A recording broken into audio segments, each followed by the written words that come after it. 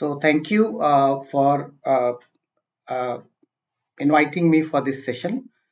The topic given to me is 5G architecture and features. So broadly, Alok ji spoke about a lot of topics. So very huge topic which may not be possible for 40-45 minute session. But broadly, what I'll try to do is that I'll be just talking about the 5G new radio. We call it new radio. 5G radio access network is also called new radio. So what are the different key capabilities which was envisioned by ITU in their vision document released in 2015, and how those key capabilities are kind of mapped to various usage scenario. And then I'll talk about 5G system architecture, how it looks like, and various features. And finally, as the topic suggests to talk about features, I'll talk about some of the features of 5G. So, because of the time limitation, so my slides would be kind of not everything I can cover, but broadly, main part of it I'll be trying to cover in the given time. So it's 11:54 right now, and time given to me, I was told about 45 minutes, so maybe up to 12:40 I'll be continuing. I'll try to complete by that time. So let's start with 5G new radio key capabilities for various usage scenarios. So as all of us are aware that ITU first comes out with vision document, and then they come out with the performance requirement of the new technology. And other SDOs like 3GPP or TSDSI, they come out with the detailed specification of a candidate technology of 4G or 5G as the case may be, and then they submit it to ITU for approval. And once ITU approve that as a particular technology meeting all those requirements, those are called actually 4G or 5G. In ITU terms, 5G is called IMT 2020. So the vision document which was released in 2015 for IMT 2020, that is 5G, by ITU, so they had envisioned three broad usage scenarios, and those usage scenarios were EMBB, which stands for Enhanced Mobile Broadband, and the next usage scenario was URLLC, Ultra Reliable Low Latency Communications. Sanjeev sir talked about it, and even Raju sir touched upon. And the third usage scenario envisioned was MMTC, Massive Machine Type Communication. So these were the three broad usage scenario which 5G has to, the 5G candidate technology has to fulfill. So to take care of these usage scenarios, there has to be certain performance requirement. So ITU in their 2017 document 2410M.2410, they came out with the 5G new radio performance requirement, which all standard making body who are trying to build a candidate technology have to take into consideration. So those visions were in terms of various performance requirement, and that we have divided for the sake of understanding that for enhanced mobile broadband, what are those key performance requirements which will play a critical role. The first parameter is the peak data rate. When we say peak data rate, what we mean is that if the entire resources which a base station have in terms of frequency and time is given to say one user device, one UE or one mobile, so how much peak data rate it can receive in an ideal condition? So that is defined as 20 gigabit per second for IMT 2020, that is 5G in downlink direction, and 10 gigabit per second in uplink direction. So very huge jump from the previous technologies. And the next parameter is the peak spectral efficiency. When we say peak spectral efficiency, we mean that for every hertz of the frequency, how much data rate bit per second can be uh, transmitted. So that is defined as 30 bit per second per hertz for 5G in a downlink direction, and half of that in uplink direction. Limitation in uplink direction all because of the form factor of the mobile devices, where we cannot put so much processing power and also the actual power. So for downlink direction, parameters are double compared to the uplink directions. So just see that the peak spectral efficiency defined here is a 30 bit per second per hertz.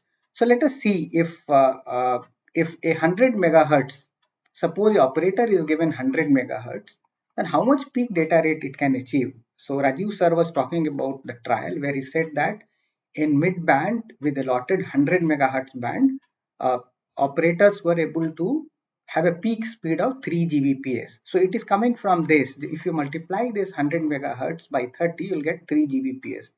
So that is also proven that operators are able to meet the peak data rate on a given spectrum. If they are giving more spectrum, they can even achieve this 20 Gbps, right? So the user experience data rate. So everyone will not get peak data rate, right? And at every place you cannot achieve the peak spectral efficiency because these are achieved in ideal condition, very near to the base station, and everything is ideal. So the user experience data rate comes into play. So what is user experience data rate? The user experience data rate defined by ITU is that if you go to the edge of the network and there whatever data rate on an average you are able to get, that is called user experience data rate, and that is defined that at 90% in the coverage, so leaving about just 5% on the edge, everyone should at least get this user experience data rate and better. So this is defined as 100 megabit per second. That means our speed should not be less than 100 megabit per second if I am in a 5G network area theoretically. And the next is the mobility, because enhanced mobile broadband is also, people will carry their mobile into trains, buses, etc. So mobility comes into picture. So here it is defined 500 kilometer per hour. So the trains, like high speed trains, even if it is moving at a speed of 500 kilometer per hour, you will be able to talk, you will be able to use the data. So these were certain performance requirement given by ITU, which is relating to enhanced mobile broadband usage scenario. So the next, coming to the usage scenario of URLLC, ultra reliable low latency communication. So example of URLLC can be a self-driving car, we call it V2X, or an autonomous car, or a doctor doing a remote surgery could be as an example of URLLC. So what are the performance requirement which 5G has to meet? So the first is the user plane latency. When I say user plane latency, if you suppose transmit a data, so from your device to the network end, how much time it is taking is the user plane latency. So that is defined as 1 millisecond, right? So within 1 millisecond, your data will get kind of delivered to the destination where you want to send. So this is very, very important for applications like remote surgery, applications like autonomous car and all, right?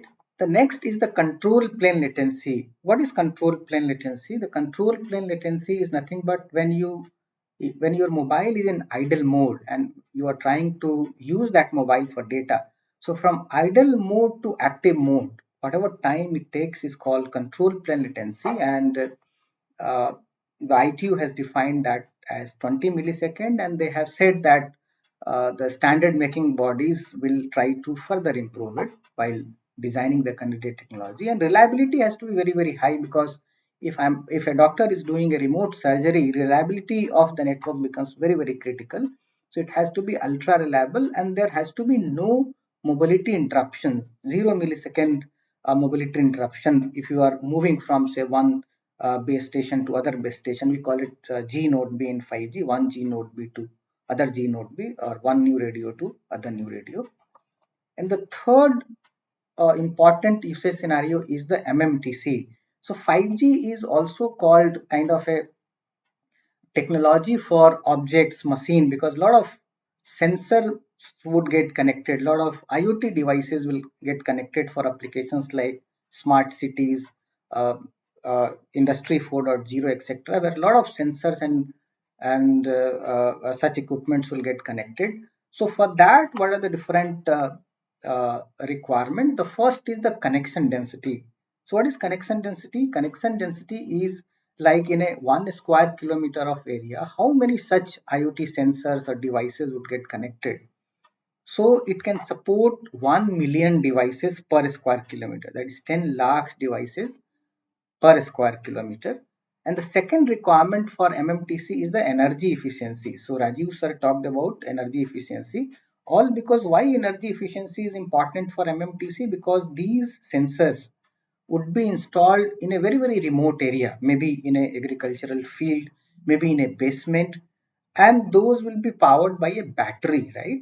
So and there is no chance that one can go and replace or charge the battery. So battery life has to be 5 years, 10 years, 15 years, and these would only be possible when the network and the devices has to be very energy efficient. So energy efficiency is one of the key parameters, and because of this 5G is also being termed as a green technology, because it is very energy efficient from the network side, and also it enables energy efficiency onto the devices, especially for IoT, where battery life has to be 10 years and 15 years. So these are the two critical parameter for MMTC which 5G has to support in case we have to use it for various IoT devices and sensors. And then let us compare this with 4Gs, that so whatever parameter we have talked about, so this particular image, even Rajiv sir was having in his slide, and he left for us to explain all of you. This is very important slide, again taken from the vision document of ITU released in 2015. So just consider that in 2015 itself, all these were envisioned. So what you see in the inner part in a lighter color is your IMT advanced. So IMT advanced is your LTE advanced. So 4G is actually LTE advanced technology is the 4G, and IMT advanced is the name given for 4G by ITU, and for 5G it is IMT 2020. So these are 8 parameters which are important, and comparison given. So let us start with peak data rate. So if you talk about peak data rate, so for 4G it was 1 Gbps, and for 5G it is 20 Gbps. We talked about that. Similarly, if you look at the user experience data rate, so for 4G it was 10 Mbps, and for 5G it is 100. So this is the data rate which you get on the edge of a network. A spectrum efficiency is 3 times better from the 4G. So in 5G we just learned that 30 bit per second per hertz is the spectrum efficiency, the peak one, whereas it was 1x in case of 4G. So that was 10 bit per second per hertz, the peak spectral efficiency. So 3 times increase. Now let us look at energy efficiency. So energy efficiency is here. So if it was 1x in 4G, it is 100x. Just see the 100 times improvement in energy efficiencies. All those design aspects of 5G new radio is taken care so that it becomes 100 times more energy efficient. So how these can be achieved? All by optimizing various signaling, various procedures of 4G, and improving that so that we have a 100x energy efficiency towards the network side, and this will also bring energy efficiency onto the devices side. Similarly, connection density was 1 lakh, and here we talked about 1 million or 10 lakh. Latency, it was 10 millisecond. Now we have 1 millisecond, and 1 millisecond is for URLLC, right? URLLC kind of services. For MMTC, when I mean slightly higher latency would work. So the two parameters left. One is the mobility. So we talked about 500 kilometer per hour. 4G it was 350, and one is the area traffic capacity. Area traffic capacity is a concept where in a per square meter how much data can be pumped maximum. So the if you see it was zero point 0.1 megabit per second per square meter, it is 10. So here also 100 times improvement. So on EMBB side, where data rates, data capacity, connection densities are important, are kind of more and more improvement in addition to all those MMTC and URLLC requirements. So I'll just since the use cases would be taken up by Professor Swaminathan, so I would just briefly go through 3-4 sectors where 5G would be utilized. The first is the public safety. Why I'm taking public safety is one of the important requirement, because many times a lot of things, a lot of incidents happens and all.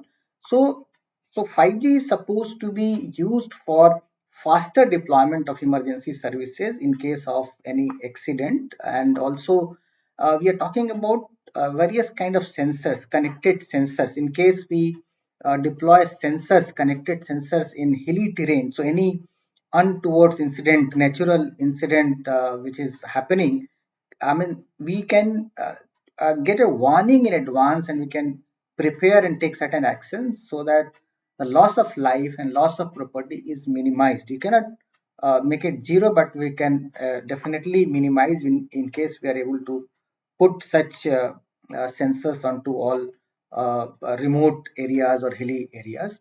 One of the application of 5G is the drone, 5G drones. Today also we have drone kind of services, but 5G will improve because you don't require a line of sight requirement to run a drone, but with 5G connected drones can go anywhere, and they can have their own positioning. And also in an emergency situation, such drones can be used to take the situation, take video, and also to deliver some of the medicines or required item at the site. And similarly, remote consulting or diagnosing would also be possible in case of an emergency. And connected vehicles, like if you have autonomous car, it will connect to each and every pole, each and every other vehicles, so that it will prevent the road collision. Just we know that for latency here is 1 millisecond. If a driver is driving a car, our latency of our eyes are 250 milliseconds. So if somebody throws something at you on your eyes, you take 250 milliseconds to react, right? So then only, I mean, after 250 milliseconds only you can take action if you're driving. But if machine is driving and where the latency is 1 millisecond, it will be much faster than a human. So that's why we are saying that road collision would be less, can be avoided in case we are having autonomous car in future. And there can be many more applications for public safety. Rajiv sir talked about 5G for industry, even Sanjeev Banjal sir talked about. So there are certain applications which may be which would be coming in future. That one is the digital replica of all those machines which are working. So those digital replica you can see in your office or in a knock, and if suppose some component is getting faulty, getting heated, all those aspects you can get in advance and take corrective actions, so all those failure will not happen, downtime would be reduced. Similarly for I mean all those spare parts, etc., you can have a full traceability down to the individual item at warehouse or port, because every item would have kind of a 5G sensors. Those will be connected to the network, and you can trace each and every aspect. In industry, it is very important. And then you can access powerful robots or vehicle for improved safety in a risky environment. Many of the industries are risky environment. There are furnaces, there are heat, there are other hazards. So their remote can be controlled from a remote place, and those activities can be performed. So again, safety to human and more efficiency can be brought in for industry. And you also know that today also industries are using a lot of IoTs, but those are connected sensors, connected on a wire, right? But with 5G, if it is become wireless, I mean, you can move one equipment to other place very easily, because those sensors would not be disturbed. Today, it takes very long time to shift, and tomorrow it will be very less for all those industry and all. So and then a 5G for agriculture, right? So there are a lot of applications like livestock tracking or irrigation management, machinery tracking, vehicle monitoring, access control, equipment monitoring, soil and crop monitoring, and of course the agricultural drone. So I hope Swaminathan Saab will talk about all these in detail. And one of the important thing which may become a very good service in India is 5G for education and experience, because our AR, VR and XR services, augmented reality, and the mixed reality services will become very important. And this will be used for education. This will be used for experience. This can also be used for, say, diagnosing a patient and all. So in a health sector, and maybe a sensory experience to some extent will also come when you touch something at this place. Action can happen at the other place, just like you are physically touching that particular device or equipment. And I talked about teaching, and virtual meetings will become more important. So today we are on a AirMeet platform and all 2Z audio, I mean, two-dimensional we are saying, and it can be immersive once all these things these services comes into play. So with this, let me come to the 5G system architecture, that is topic given to me.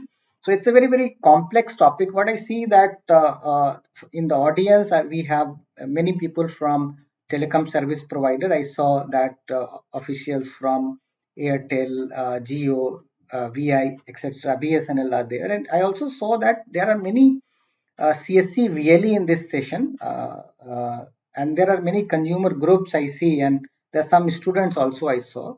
So I'll try to make it simple for everyone, because if I talk in a very complex way, many of the audience may not be able to understand. So I'll try to make it simple as far as possible.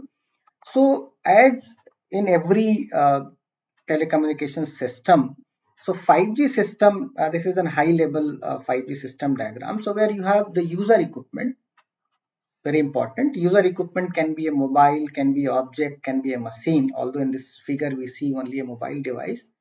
And then we have a radio access network. So in 5G we call it NG-RAN, next generation radio access network. It is also called new radio, and in a more technical term we call it G node B, right? So this is nothing but a radio access network, as is there in the 4G, 3G or 2G. And then we have a core network, so 5G core network. So just like we have a core network in 4G, in 5G also we have core network. And then finally we have a data network. There can be one data network or there can be multiple data networks. All those services of AR, VR will be a separate data network, and 5G core will get connected to multiple data network. For example, for a voice service, you have to connect with IMS. So that is data network becomes IMS, right? If the service is AR/VR, so AR/VR service provider network becomes one of the data networks. It will connect to various data network.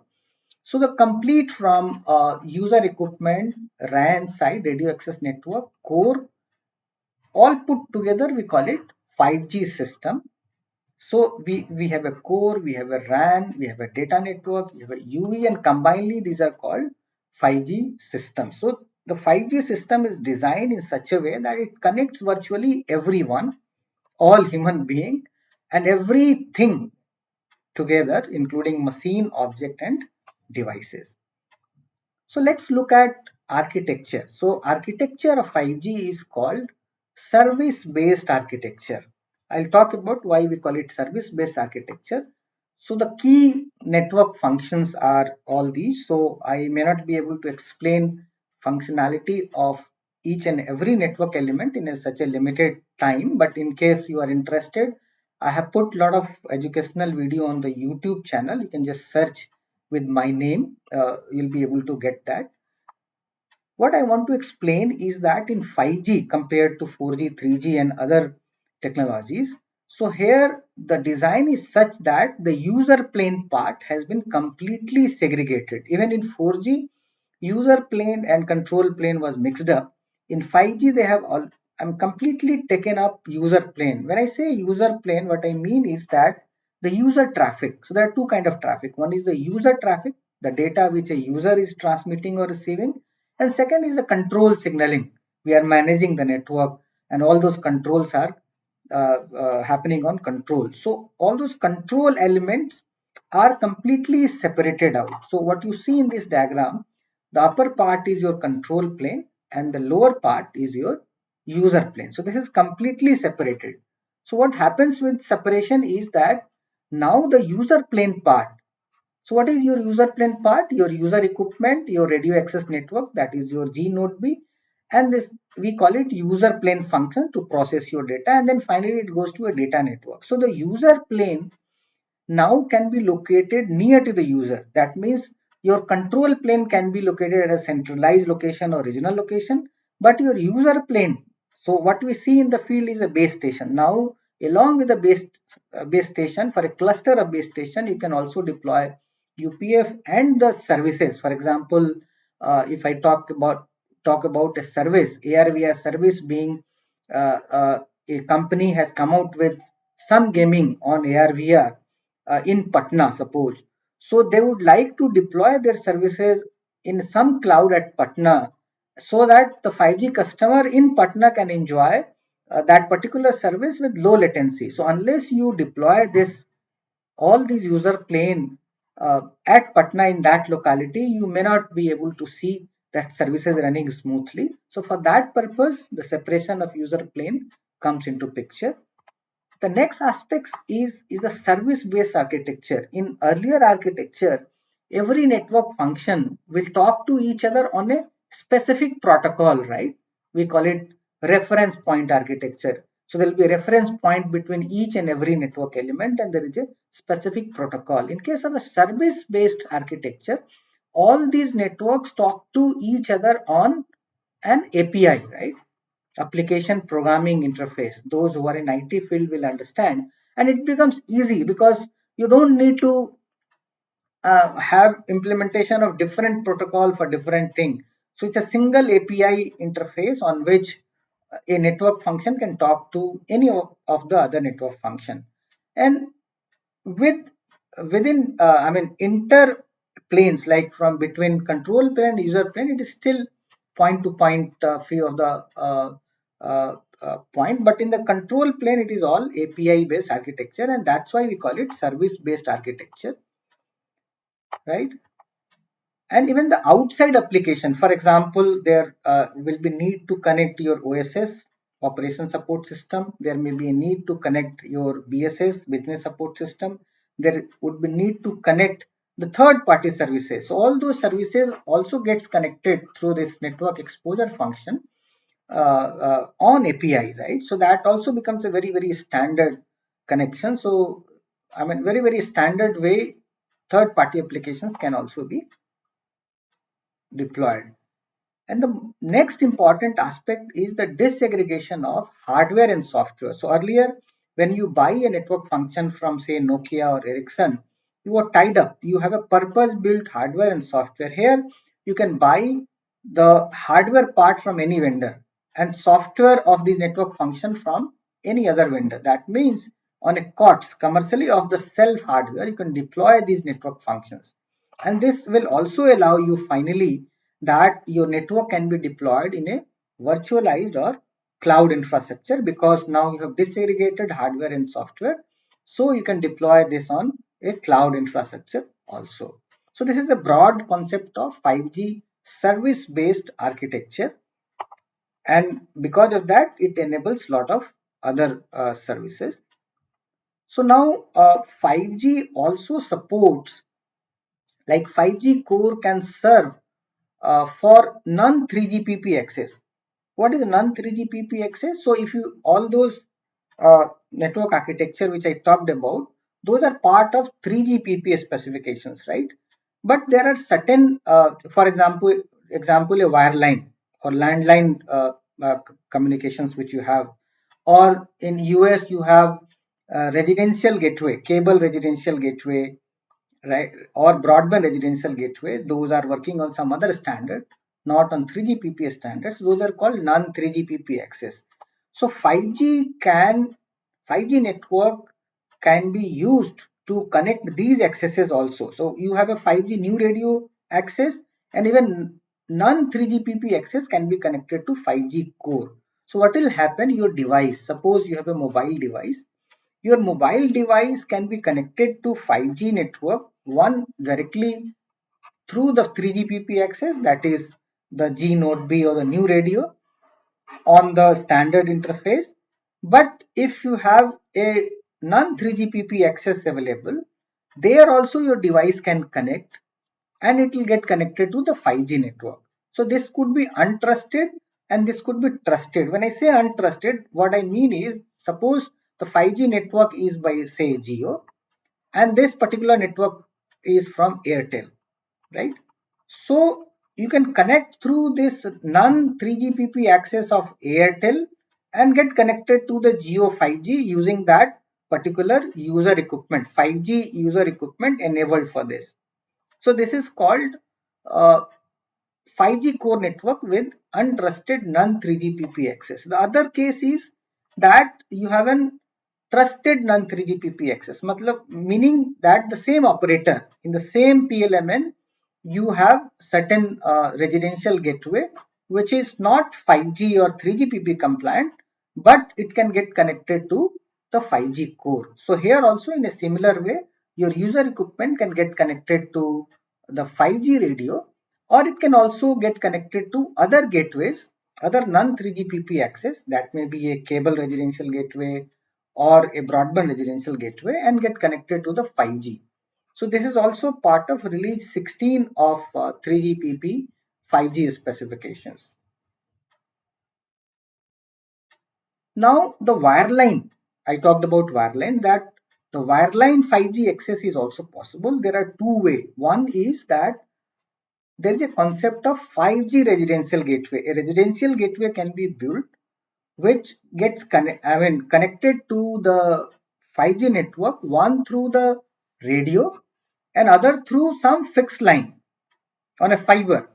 So, so it will have some kind of antenna which will get connected to the 5G radio on the backend side, and on fiber it can get connected to a wireless access gateway function of 5G and get connected to the 5G core. So this is also possible in 5G, that our the the fixed line network through a access gateway can get connected to the 5G core. The access of landline can get connected to 5G core with this access gateway function. So basically the 5G core network is unifying, trying to unify all the accesses. So 5G core network supports not only new radio access but also various non 3GPP access, right?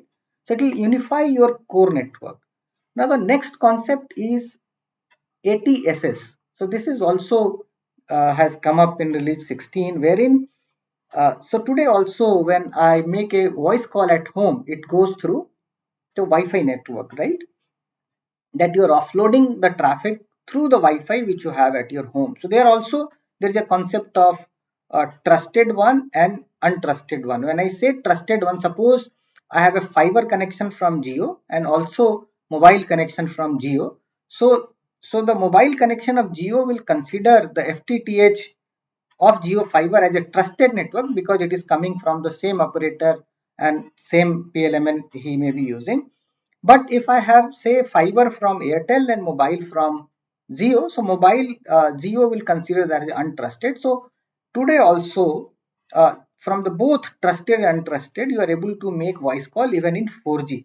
Same thing would come in 5G along with some improvement. So we call it access traffic steering, switching and splitting. What does this mean? Is the first, let us understand the steering part. Suppose at your home you have a 5G network and you also have a Wi-Fi network. So your mobile device will select the best network, right? Suppose the coverage or signal of 5G is better, it will connect to the 5G network. If it is Wi-Fi is better, it will connect to the Wi-Fi network, right? If you are at home, normally Wi-Fi network will be a better option. So it will connect to the Wi-Fi network and you can access your mobile device, data on mobile device, right? And suppose you are just going, you are outside your house, then it may use the 5G network, right? And suppose you are coming to your home from some other place, right?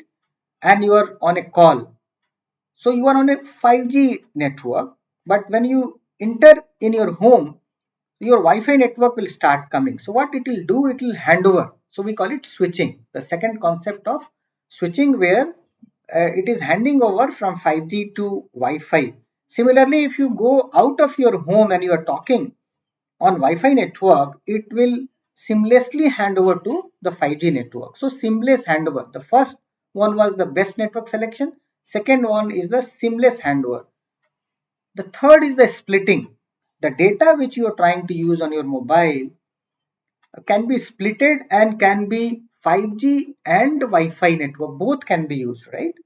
So you are kind of aggregating the network. So your data speed can be multifold. So you are using the two networks parallelly. So data speed would increase. So with ATSSS, all these aspects would be coming whenever release 16 compliant systems are deployed. Now, next concept is about 5G local area network, right? So today what happens is that when you are making a call, and if the two persons are very nearby, right, or within a corporate or within an office, whatever call we make, it goes to the G node B, then it goes to the course, and then again it comes back and call gets connected. So you are unnecessarily going up to the uh, uh, uh, very, very far off place and then coming back. With the concept of 5G LAN, so what will happen is that at the UPF level itself, the switching will happen. If suppose all of us belongs to a same corporate, right, in the same office, and if the 5G LAN has been implemented for us, so for us all switching will happen within the UPF itself, within the anchor UPF itself, right? So what we are trying to get is a kind of a local area network which has come in release 16. So enterprise cloud office network can deploy this concept, and everyone in the enterprise use this.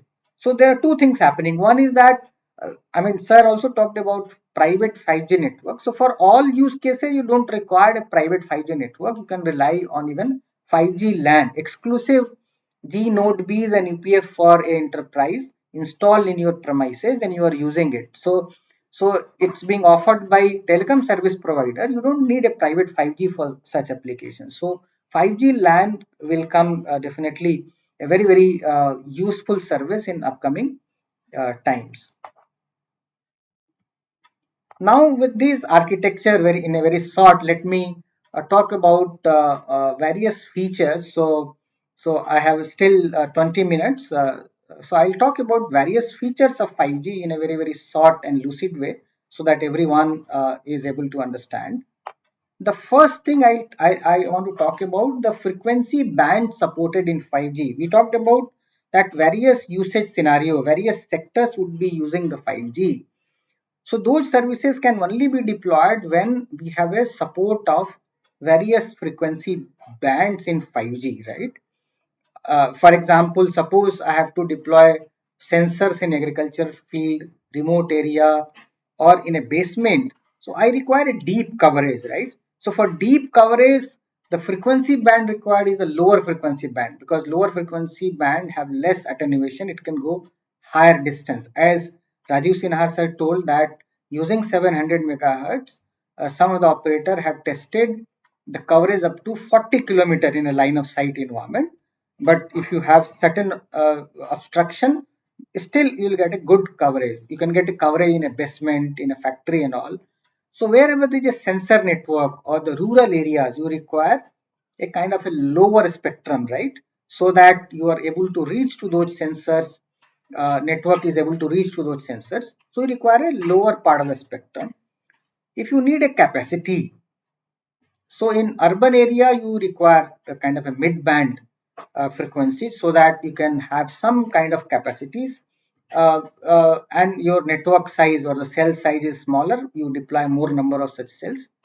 And the next is that if you want a very, very ultra high capacity, for example, if people are sitting in a stadium, so lakhs of people are in a stadium, everyone is trying to take video, audio, and share on social media.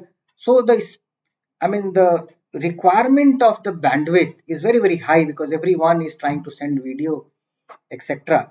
So there you require very, very ultra high capacity, and those are only possible in millimeter wave, because the channel bandwidth available in this that particular band is enough compared to the lower or mid band. Lower or mid band, you don't have much bandwidth. So even if you want, you cannot deploy. And sir also talked about small cell. So we'll talk about that. So if you look at various bands, so the low band, so what is low band? All the frequencies which are less than 1 gigahertz is called low band. So today our 2G networks, I mean still in India and other countries we have 2G GSM network is normally deployed in 900 megahertz, and some of it may be at 1800 megahertz also, but mostly in 900 megahertz. 3G is, I mean, although we are shutting down 3G, but wherever 3G is working, it is onto lower band also, and 4G also supports that. Many of the operators have deployed 4G in 900 megahertz. 5G has to support, so 5G will also support, but today you may not have a spectrum available in lower band. So that's why government is talking about auctioning 700 megahertz for 5G, so that all the use cases related to sensors is taken care of. Then you have a mid band. So mid band you can split into two parts: lower part of the mid band and upper part of the mid band. Today whatever spectrum we are using is the lower part of the mid band. In India we use 1800 megahertz, we use 2100 megahertz, we use 2500 megahertz. So up to 2.6 gigahertz you can term as a low mid band, and here also you can see 3G services and 4G services already running. 5G has to support, because in the urban area you need a certain capacity, so 5G actually supports. But here the problem is again that these frequencies are already utilized by 3G and 4G, so operator has to refarm these frequency to actually use for 5G. So what to do? So there are certain frequency in the upper part of the mid band, which is from 3.5 gigahertz to 7.125 gigahertz. 7.125 I'm saying because the 3GPP has defined frequency range 1, which goes up to 7.125 gigahertz. So the current releases up to 16, they support in the mid, I mean, the FR1 up to 7 gigahertz. So here, Rajiv sir and Sanjeev sir talked about mid band 3.5 gigahertz frequencies. So 3.5 gigahertz frequency was earlier untouched by 3G, 4G and all. So that is a kind of a vacant, and that is vacant all across the world. So that is one of the gold frequency band. We call it N71. The band name is N71, which is 3.5 gigahertz. So most of the ecosystems are developing around 5G ecosystem is developing around 3.5 gigahertz. So this is one of the important band where 5G is getting deployed. In India also, I mean, when auction happens, this will be the key spectrum band which every operator would like to take. So in this band, 4G operates and 5G will definitely operate on 3.5 and other. There are three new bands in FR1. So as released by 3GPP. So these will be used. Mostly N71 would be used. In India, there are certain limitation in terms of that within that N71 25 megahertz band in some locality we cannot use because ISRO is using that. So but with that limitation in most places we'll be able to use. And so how much spectrum operators would require, we'll be discussing in the next slide, that in which band how much spectrum would be required. And then again the high band. So high band up till now 3GPP in their FR2 range they have defined from 24 gigahertz to 52 gigahertz, and these would are kind of a new band and not being used by any other 4G or 3G technology. So it will be a kind of a greenfield frequency band which 5G will be using. And in 26 gigahertz, I think India has allocated for spectrum. Rajiv sir talked about. During auction also, perhaps those frequency band would be auctioned. So for ultra high capacity small cell deployment, this is the frequency where we are looking at. Okay, so now the next is the, I mean, so how much spectrum an operator will require to run the services? So we call it channel bandwidth. In 4G, the maximum channel bandwidth possible was only 20 megahertz. Just see, in 4G, it was 20 megahertz of the channel bandwidth, right? And and they could have done, if in LTE Advanced, 5 carrier aggregation. So maximum 100 megahertz with carrier aggregation, it was possible. And LTE Advanced with 5 carrier component carrier aggregation was actually the 4G. Real 4G was LTE Advanced with 100 megahertz, right? In 5G, so as I said, there are two frequency range defined by 3GPP, frequency range 1 and frequency range 2. So frequency range 1 is your frequencies up to 7.125 gigahertz. So in this frequency range, channel bandwidth possibles are 5 megahertz, 10 megahertz, 15 megahertz, and up to 100 megahertz. So in the lower frequency bands, the maximum possible channel bandwidth is 100 megahertz in 5G. It is still 5 times better than 4G. In FR2 range, which is nothing but our millimeter wave, which is from 24 gigahertz to 52 gigahertz as of now up to release 16. So it supports 50 megahertz channel bandwidth, 100 megahertz, 200, it goes up to 400 megahertz. See how many times channel bandwidth support has increased, because the services like EMBB will require very, very high bandwidth to offer you very, very large number of megabit per second or gigabit per second. So 400. So in summary, so bandwidth up to 100 megahertz in lower frequency band and bandwidth up to 400 megahertz in higher frequency band is supported by 5G to support various use cases. So this is one of the feature.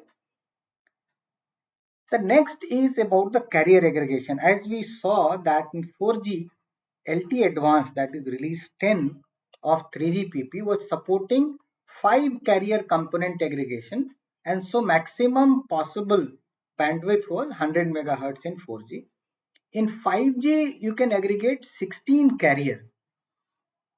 So 16 carrier can be aggregated, and these carrier can be intra-band contiguous. I mean, one band, second band, and they are contiguous.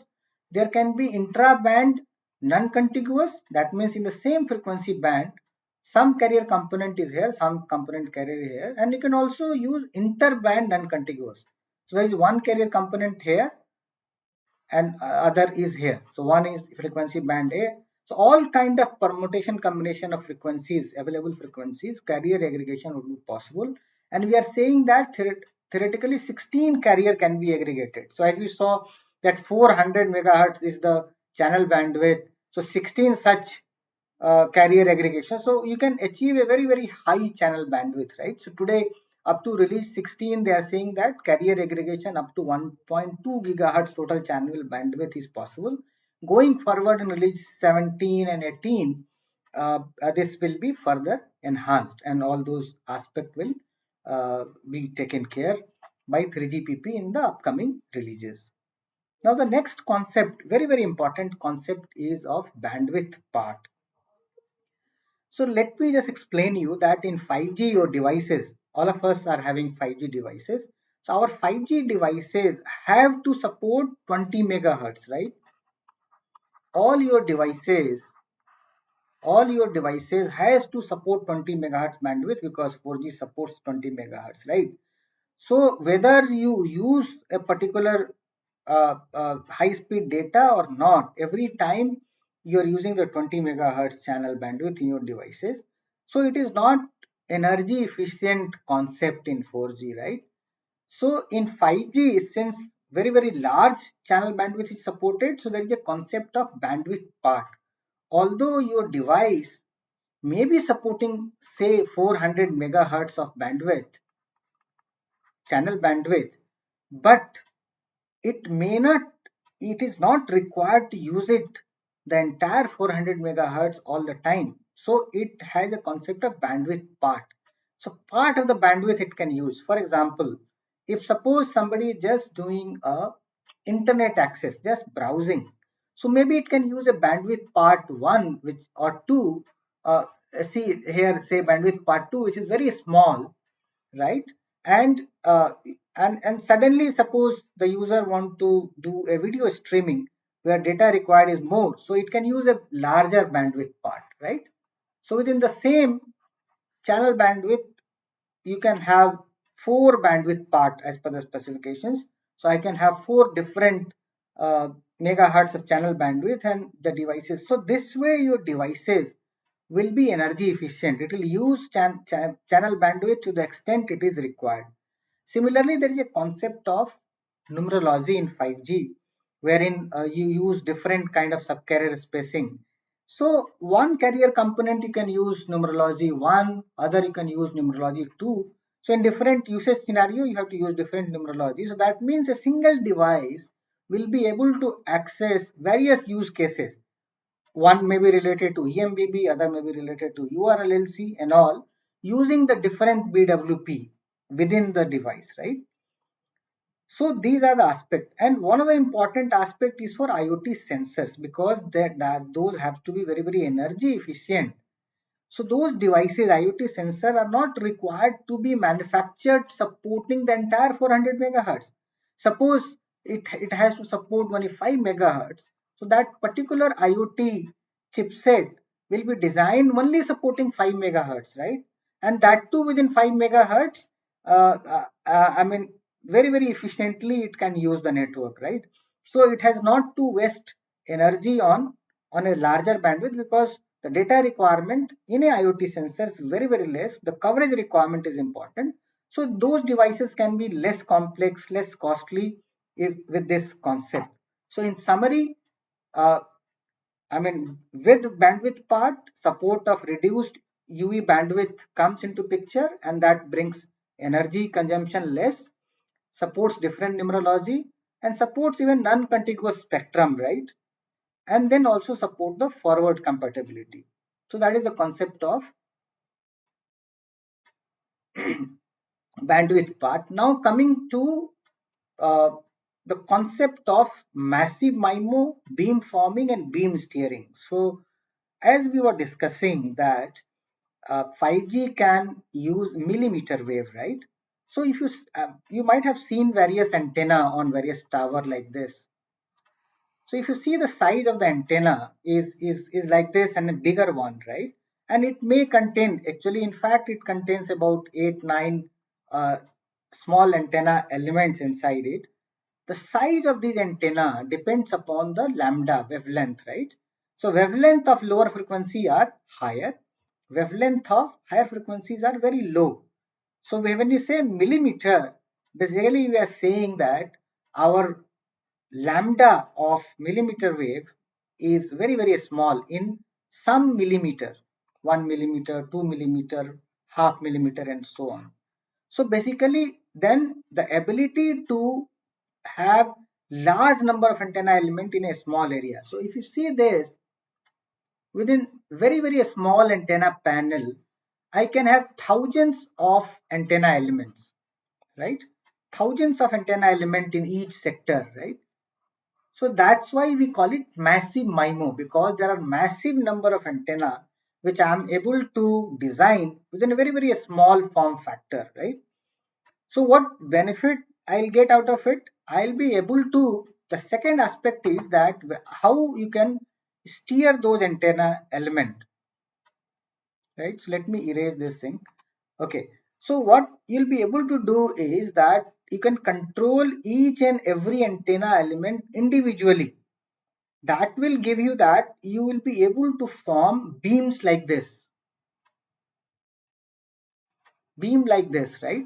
So what we'll be able to do is that you can form a beam in a direction where a user want to use the data. So in a traditional radio network, you have a permanent coverage. Suppose it's a 4G radio, so you have a coverage this side. So whether data is being used or not, day or night, same coverage is available. Even in the night, you have a coverage when there is no users available, right? But in 5G, this beam will be only formed when a data user is there. So there is a spectrum efficiency coming, the overall efficiency coming, and also the radiation is less, radiation, and your energy efficiency will come, because you will not form a beam when there is a no user in the night. So energy efficiency, one of the aspect of energy efficiency comes from here. The second important aspect is that your beam can move now because you are able to steer each and every antenna element. As this car is moving, your beam can also move, and it will hand over to the next beam from the next base station. So in summary, so I think I have covered this. So this is the concept of MIMO, beam forming and beam steering. So the next concept or feature is the network function virtualization. I talked about in my the first slide of network architecture that the hardware and software is segregated. So what can be done is that you can have a COT servers commercially of the self server you can buy from any vendor like Dell or IBM or any other server provider, and deploy those network element, be it UPF, session management function, PCF, AMF, etc., onto those COTS server. So this is happening all because in 5G there is a concept of disaggregation of hardware and software. And then the next is that once you are able to virtualize, right, you are using any kind of COTS server, so then it can also be deployed on a cloud. So it becomes a cloud native architecture, right? So you are able to deploy on a cloud. And then even there is a possibility that one telecom service provider has its own data center, like telco own data center, or it can take it from service provider like Google Cloud or Amazon Web Services or Microsoft Azure and deploy the 5G virtualized infrastructure. So basically the virtualization concept is not coming from 3GPP or ITU, it is coming from ITSI. The specification of network function virtualization is coming from ITSI. So basically, if you look at 5G, so the major component specification is coming from 3GPP, network function virtualization is coming from ITSI. Now the next concept is the network slicing. The 5G end-to-end network can be virtually divided into small pieces. So some of the network functions, for example, AMF, SMF is part of one network slice. Again, some AMF, SMF is part of other network slice. And when we say network slice, we are talking about various services. The example could be, suppose there is a service of smart metering, wherein the 5G sensors devices are connected to each electricity meter. So you have created a virtual network or slice for smart metering, right? This one, right? So all those network functions are virtually deployed only for this service. Next service is the say voice service, right? So for voice service, all those components are virtually segregated end to end. I'm saying from starting from G node B to your core network, all your front hull, mid hull, and back hull, and then you are trying to manage the required quality of service in that particular slice. Similarly for V2X, so there can be n number of slices of the network, and one user at a time can connect to the 8 slices. This is up to release 18, maybe release 16. Further releases may enhance this, but for a single user, connecting to 8 slices is good enough. Whereas you can have n number of slices. By an operator can have n number of slices. So Rajiv sir also talked about the virtual network, the MVNO concept. So maybe an operator can create a virtual slice and give it to MVNO if that is allowed in a particular country, right? So this is the concept of network slicing. And then multi-edge computing. I talked about that we have separated user plane from the control plane. So now I have an ability that the services like AR/VR, gaming services can be deployed onto the edge where user is there, right? I took an example of Patna.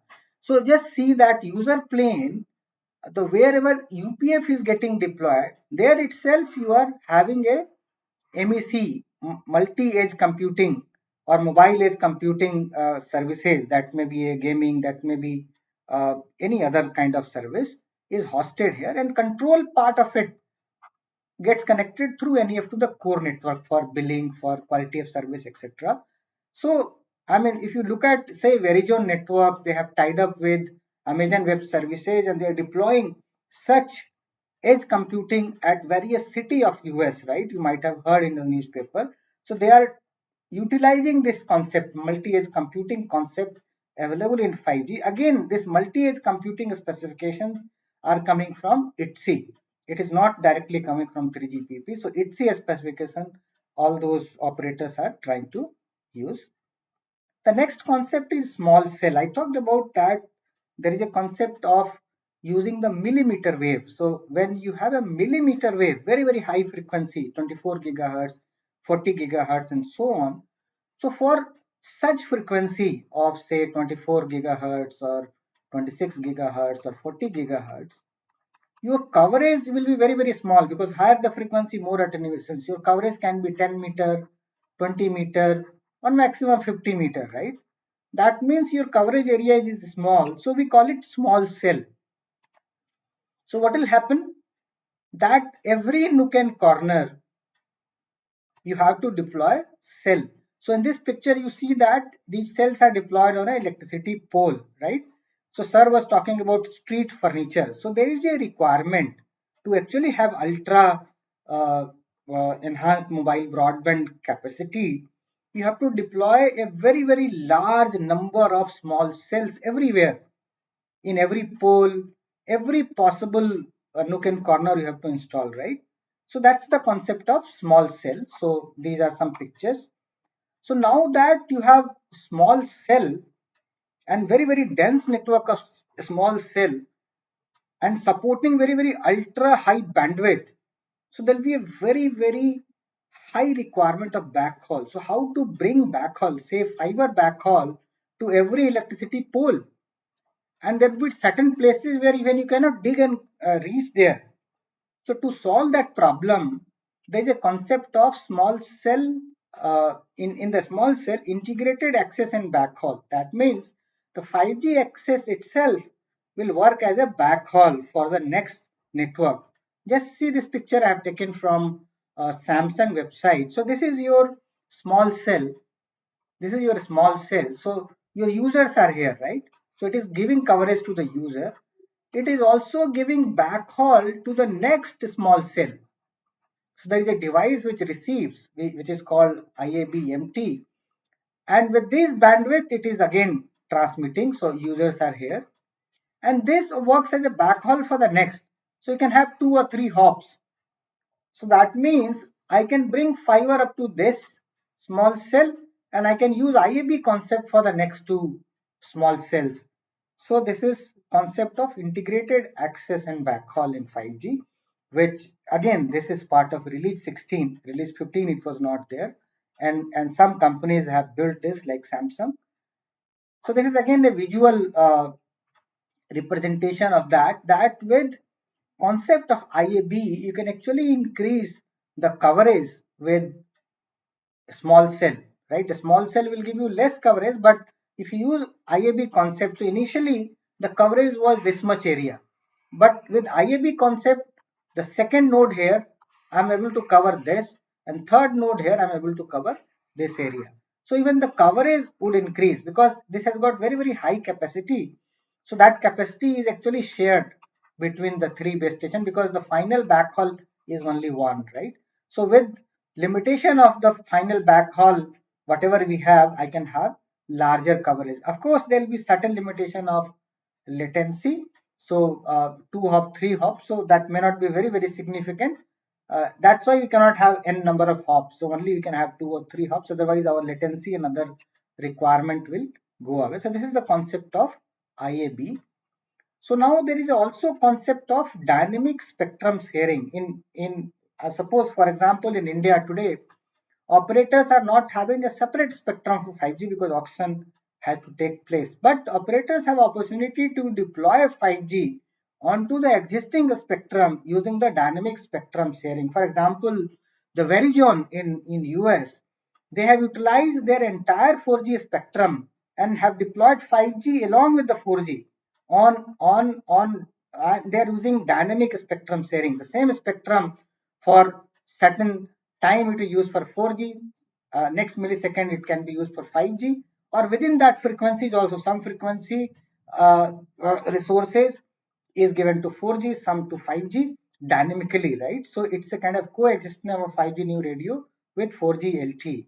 So these concept can even be deployed in India, or maybe you cannot deploy 5G base station all across country immediately. So maybe you'll upgrade some of your base station and use dynamic spectrum sharing, because all those base station 4G base stations supplied after 2015-16, OEMs are saying that they can upgrade it to 5G and they can use dynamic spectrum sharing. The two pictures which you see is taken, one from Nokia, one from Ericsson paper. So mostly all OEMs are supporting DSS.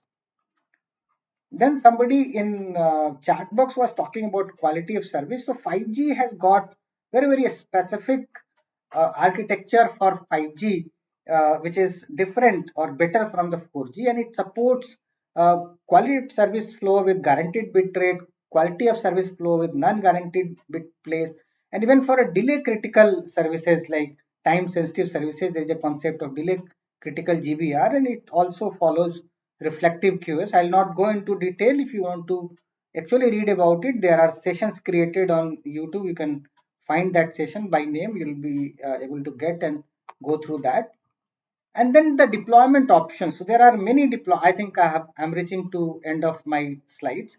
So there are various deployment options which 3GPP has come out. So initially all those deployment will happen in NSA mode. When I say NSA, none stand alone, I mean that if suppose Geo is having 4G network, so what they will do is that within the 4G network, 4G core, they can start deploying 5G network, because the way 5G specifications are designed, it can get connected to the 4G core.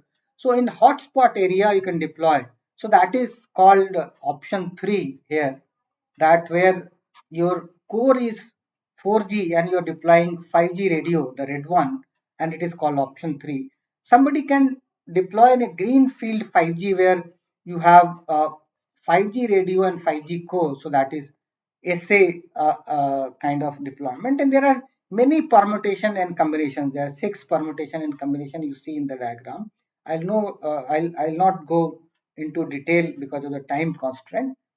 The initial deployment, I said, would be coexistent with 4G, wherein you have 4G macro BTSs, 5G macro BTSs, then 5G small cells deployed, and then you will have a central server, and you also have a local server for edge computing, and these will coexist for 6-7 years from today when 5G is getting deployed, and slowly then 4G will be phased out after 6-7 years, and all the way we are now trying to phase out 2G and 3G. 4G will get phased out after 6, 7, 8 years from today, and 4G and 5G will coexist for a very long time. So what is the deployment? So sir talked about global deployment. So you can just see these deployments on the speedtest.net, the website using which we test. So they have captured all the 5G networks. So today they see about 89,000 deployment of 5G across the world. On the world map you are seeing, and 180 plus operators are actually have done it. So just see, and there are certain operators who are in a pre-release. Just see these figures, and some limited availability, but 89K are the commercial available deployment. And as far as devices are concerned, in India, even if we do not have 5G network, a lot of 5G devices has come in all form factors, so there's no issue on that. So with this, I will close my slide and I'll open it for any question answer if you may have, any of you may have.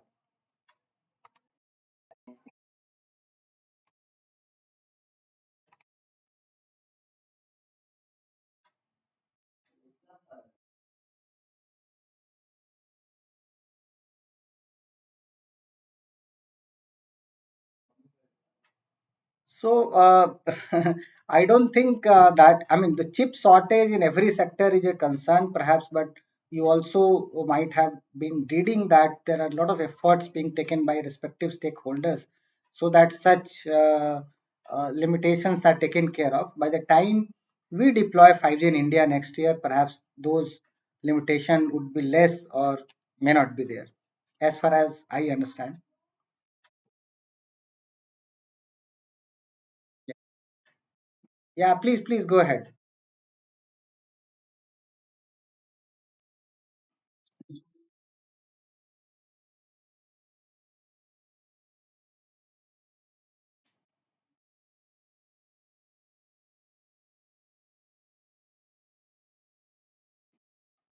Yes.